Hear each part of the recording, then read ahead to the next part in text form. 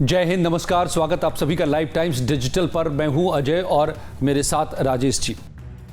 जो कट्टरपंथी, इतिहास गवाह है कि जब कट्टरपंथी ताकतें किसी सत्ता पर काबिज होती हैं तो सबसे पहला काम वो ये करती हैं कि वहां पहले के जो भी निशान होते हैं उनको मिटा देते हैं। बांग्लादेश में यही हो रहा है। बांग्लादेश में कट्टरपंथियों ने ही सब काम किया, ये हम आपको डे वन से बता रहे हैं और इसको अब उनके आज के बड़े कदम ने साबित कर दिया है। किस बड़े कदम ने?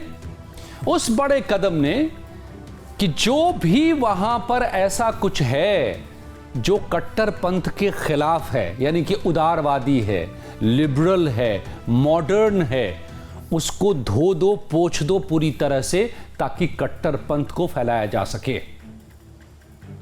अब ये खबर जो आज की है, राजेश जी से समझते हैं। राजेश जी, जो ये खबर है कि अब टेक्स्ट बुक को बदल दिया गया, नए टेक्स्ट बुक ले आए गए हैं, टेक्स्ट बुक में से मुजीबुर रहमान का नाम हटा दिया गया है, राष्ट्रपिता का दर्जा उनको था उसको हटा दिया गया है, यहां तक कि जो बांग्लादेशी नोट पर उनकी तस्वीरें छप रही थी उनको भी हटाया जा रहा है।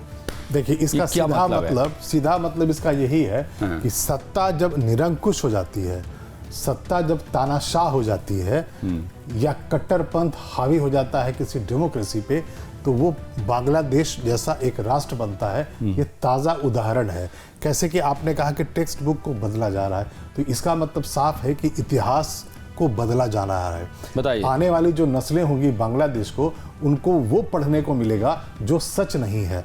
अब मैं बताता हूं कि ये बदला क्या जा रहा है। तो 1 जनवरी यानी कल से 2025 की 1 जनवरी से वहां पर जो प्राइमरी स्कूल्स हैं और मिडिल स्कूल्स हैं, वहां के टेक्स्ट बुक में कुछ ऐसे बदलाव किए गए हैं पाठ्यक्रम में, जिसमें अब ये पढ़ाया जा रहा है कि जो बंगबंधु मुजीबुर रहमान थे, जिन्होंने मुक्ति दिलाई थी बांग्लादेश को पाकिस्तान के चंगुल से और एक नया राष्ट्र बना था भारत, यानी हमारी मदद से, वो अब राष्ट्रपिता वहां के नहीं है। और दूसरा, जब 1971 में जब इंदिरा गांधी ने यानी भारत ने डिक्लेयर किया था कि बांग्लादेश एक अलग राष्ट्र बनेगा, वो हमारे अंदर में नहीं रहेगा, तो उस वक्त जो डिक्लेरेशन हुआ था, मुजीबुर रहमान ने जो घोषणा की थी कि हम एक अब इंडिपेंडेंट राष्ट्र हैं, तो वो अब उस टेक्स्ट बुक में ये पढ़ाया जाएगा कि एक्चुअली वो जो घोषणा किया था वो मुजीबुर रहमान की तरफ से नहीं था, वो वहाँ के जो उस वक्त जियाउर रहमान, हाँ, जियाउर रहमान ने किया था। बाद में वो राष्ट्रपति बन गए, सेना के अफसर थे, बाद में राष्ट्रपति बन गए,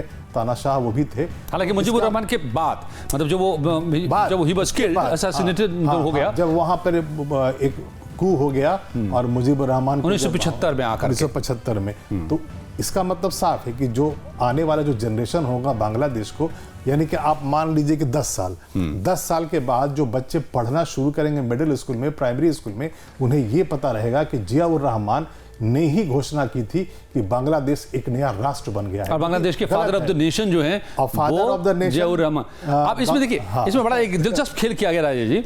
खेल ये किया गया है कि इतिहास ये बताता है, और अब तक बांग्लादेश भी यही मान रहा था, मतलब 31 दिसंबर 2024 तक, यानी 2 दिन पहले तक, कि असल में हुआ ये था कि जब वो आज़ादी की घोषणा की गई तो मुजीबुर रहमान, चूंकि वो थे in the helm of the centre उस वक्त में, जब पूरी लड़ाई लड़ी गई थी, मुक्ति वाहिनी जब ये लड़ाई लड़ रही थी, उसको लीड कर रहे थे, तो उसमें बड़ा महत्वपूर्ण रोल था उनका, जियाउर रहमान का। तो जब ये सब कुछ हो गया और सरेंडर कर दिया पाकिस्तानी आर्मी ने, और फिर ये घोषणा हुई कि बांग्लादेश अब एक अलग मुल्क है, तो ये घोषणा करने का निर्देश दिया मुजीबुर रहमान ने बतौर उस वक्त के लीडर जियाउर रहमान को कि आप इसको पढ़ दीजिए। रीड आउट करने के लिए, रीड आउट था, यानी मैसेज था, वो मुजीबुर रहमान का था, अपने देश, नए देश के नागरिकों को ये बताना चाह रहे थे कि अब आप पाकिस्तान यानी वेस्ट पाकिस्तान के अंडर में नहीं हो, आप इंडिपेंडेंट राष्ट्र हो, बांग्लादेश हो। जिसका तो उन्होंने एक महत्वपूर्ण रोल अदा करने वाले जियाउर रहमान से कहा, भाई तुम इसको पढ़ के देश को बताओ। अब उसी को इतिहास बनाया जा रहा है कि आज यही किया जा रहा है कि उसको पलटा जा रहा है, कि नहीं, मुजीबुर रहमान ने नहीं वो मैसेज दिया था, जियाउर रहमान ने खुद से उसको पढ़ लिया था। अब ये इतिहास से खिलवाड़ अब क्यों किया जा रहा है? असल बात ये है, क्यों किया जा रहा है, कौन ये लोग करने वाले लोग हैं?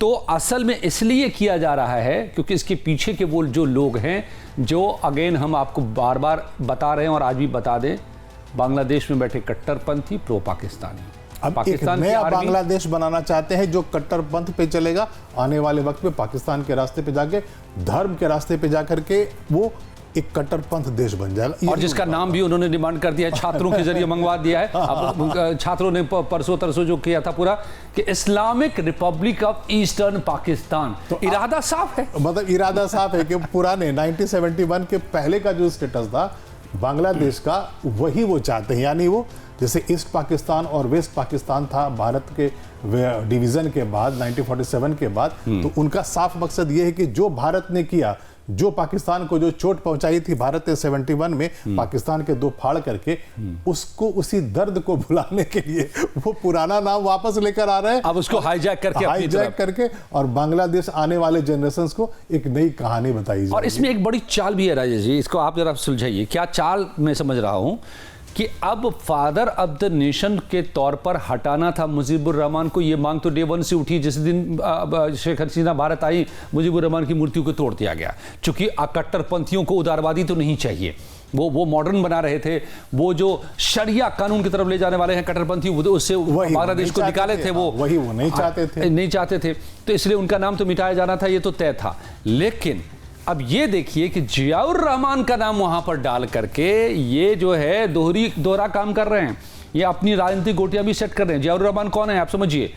खालिदा जिया, यानी जो बांग्लादेश नेशनलिस्ट पार्टी है जिसकी हेड है इस वक्त खालिदा जिया, उनके पिता थे जियाउर रहमान।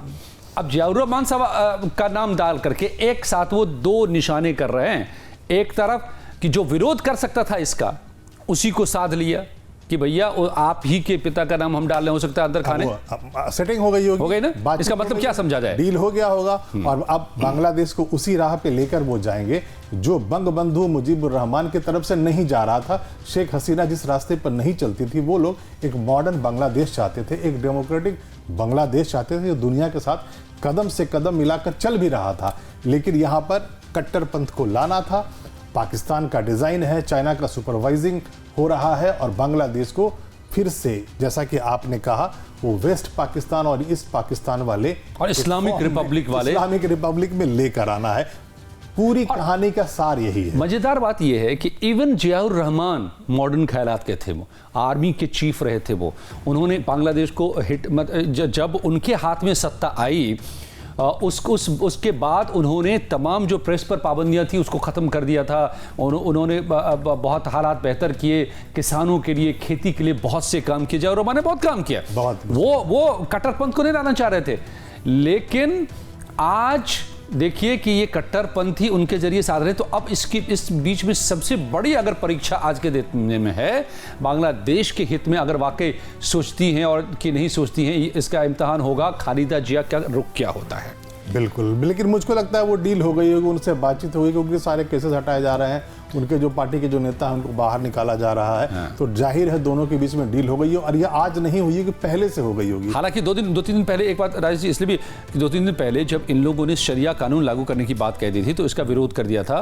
और जब संविधान को बदल करके शरिया कानून लाने की बात, तो बीएनपी ने पूरी तरह से विरोध कर दिया और उसको एकदम से फासिस्ट, यही टर्म यूज किया बीएनपी ने कि ये फासिस्ट है मांग भी। तो उसी के बाद फिर अब जो है ये सब चालें चली गई है। बीच का रास्ता निकाला जा रहा है ताकि हम आपको राष्ट्रपिता का दर्जा दे देंगे और आप ही का चेहरा हम आगे रखेंगे, और उसके बाद फिर धीरे धीरे करके जो इनका अपना जो डिजाइन है उसको ये फिर को धरातल पर लेकर आएंगे। तो मैं इसलिए इम्तिहान की बात कह रहा हूं कि खालिदा जिया अगर इस लालच में पड़ी या डील कर लिया, तो क्या उनका पॉलिटिकल एक्यूमेन इतना उनके पास है, खालिदा जिया के पास, कि वो इसके अंजाम, कि अगर वाकई देश को आप मुजीबुर रहमान का नाम मिटा दीजिए कोई बात नहीं, जियाउर रहमान का नाम ले आइए, इसमें भी कोई बात नहीं, लेकिन जो करने वाले लोग हैं उनका जो इरादा है, अगर उसको आप पहचान पा रही हैं कि नहीं, और वो बांग्लादेश को कहां ले जा रहे हैं, क्या मकसद उनका है, और क्या वो इस्लामिक रिपब्लिक में कन्वर्ट करने जा रहे हैं, क्या ये बांग्लादेश के भविष्य के लिहाज से ठीक होगा या बांग्लादेश को तबाह करने वाला होगा, ये बातें एक स्टेट्समैन को समझना पड़ेगा। आर्मी ने कुछ हद तक समझा है, उन्होंने कहा है कि भारत से हमने भी पिछले वीडियो में इसको डिस्कस किया था कि सीधा आर्मी चीफ कह रहे हैं कि भारत से हमारे रिश्ते बहुत अच्छे हैं, तो और हम बिगाड़ेंगे नहीं। बिगाड़ेंगे नहीं, क्योंकि हमारे रिश्ते ऐसे हैं कि हम एक दूसरे के साथ मिलकर रहेंगे तो हमारा फायदा होगा। कम से कम बांग्लादेश तो जीता है, उसकी तो पूरी की पूरी इकोनॉमी भारत पे ही निर्भर करती है। तो ऐसे में अब खालिदा जिया आप का इम्तिहान है कि वो क्या करती हैं, कि क्या वो ये सब मंजूर करके और सत्ता में आने के लिए उसके लालच में वो सब उनके हाथों का खिलौना बन जाती हैं, कट्टरपंथियों के हाथों का, या फिर वो एक स्टैंड लेती हैं और ये कहती हैं कि भैया ठीक है, बांग्लादेश को हम किसी भी सूरत में कट्टरपंथ का गढ़ नहीं बनने देंगे, एक दूसरा फेल्ड नेशन पाकिस्तान नहीं बनने देंगे, तालिबान नहीं बनने देंगे, सीरिया नहीं बनने देंगे। ये देखना बहुत ही इस वक्त अहम मोड़ पे पहुंच गया है। आपको क्या लग रहा है, क्या करना चाहिए बेगम खालिदा जिया को, और किस तरह से आगे बढ़ना चाहिए इस पूरे मसले को लेकर के? हमें अपनी राय ज़रूर बताइए, हमें आपकी राय का इंतज़ार रहता है। लाइक कीजिए, वीडियो पसंद आई हो तो सब्सक्राइब कीजिए, शेयर कीजिए दोस्तों के साथ, और ऐसे ही हमेशा हमें सपोर्ट करते रहिए। बहुत बहुत शुक्रिया दोस्तों। शुक्रिया।